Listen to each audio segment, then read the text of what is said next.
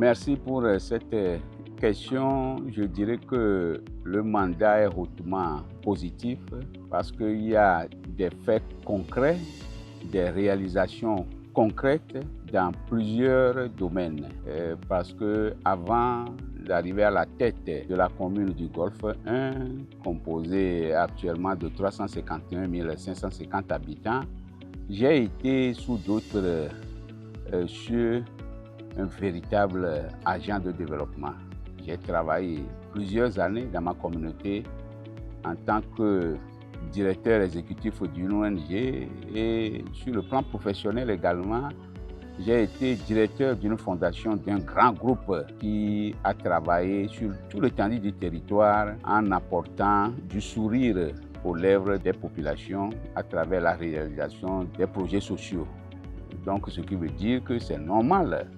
À la tête de Golfe 1, sur le plan administratif, j'ai essayé de rapprocher le service municipal de qualité à la population en mettant dans un premier temps des annexes dans 6 zones différentes. Et nous avions essayé aussi d'implémenter un projet qui est devenu une approche courante, quotidienne, c'est l'établissement des actes de naissance à la population. Quand vous venez dans Golfe 1, vous voulez faire l'acte de naissance à un nouveau-né, vous asseyez dans 15 minutes, vous avez votre acte de naissance. C'est grâce à cette approche-là que nous avions eu à rendre nos services de qualité. Les interventions des différents services ont apporté vraiment des solutions aux problèmes de nos populations. Dans le secteur de la santé, nous avions eu à faire beaucoup de choses en mettant dans un premier temps des équipements médicaux à la disposition des structures sanitaires publiques de notre territoire. Au niveau de l'hôpital de Bel, nous avons apporté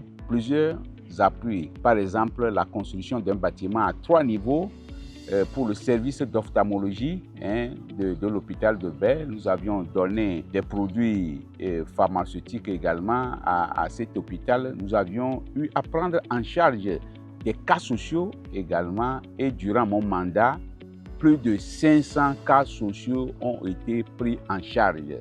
Et je vous donne un exemple. Nous payons même une facture qui peut aller au-delà de 3 millions parce que la vie humaine n'a pas et n'aura jamais de prix.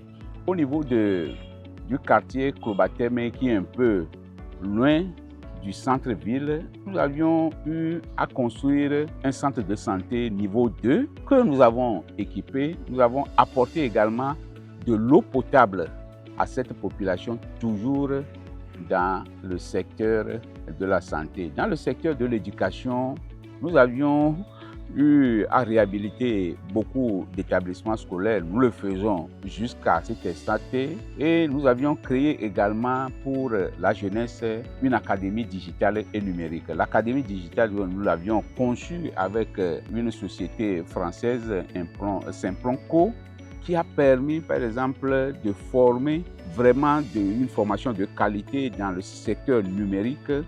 Nous avions formé déjà une soixantaine de jeunes et une autre promotion est actuellement en cours de formation.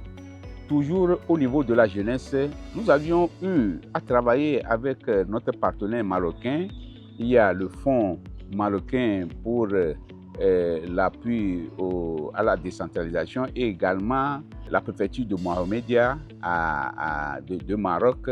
Et ces deux partenariats nous ont permis de mobiliser 200 millions de francs pour financer les activités génératrices de revenus de 40 jeunes. Vous allez comprendre, ce n'est pas de saupoudrage qu'on a fait. Actuellement, ces jeunes sont pris en charge grâce à la création de micro-entreprises dans la promotion de la femme également.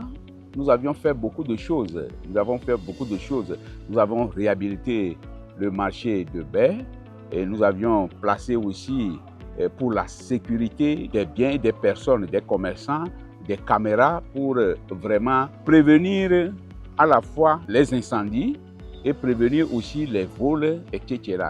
Nous avions apporté également, en collaboration avec une structure financière, des microcrédits à ces femmes. Je voudrais revenir aussi dans le cadre de l'éducation et de la formation professionnelle. Nous avions donné des bourses aux jeunes bacheliers.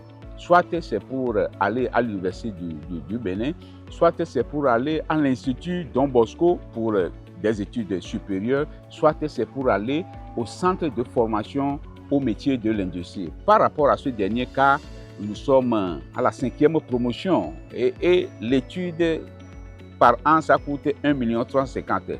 Et nous avions payé ces frais-là, pas pour 10 jeunes, pas pour 20 jeunes, parce que l'avenir de demain, c'est pour ces enfants-là, c'est pour ces jeunes-là.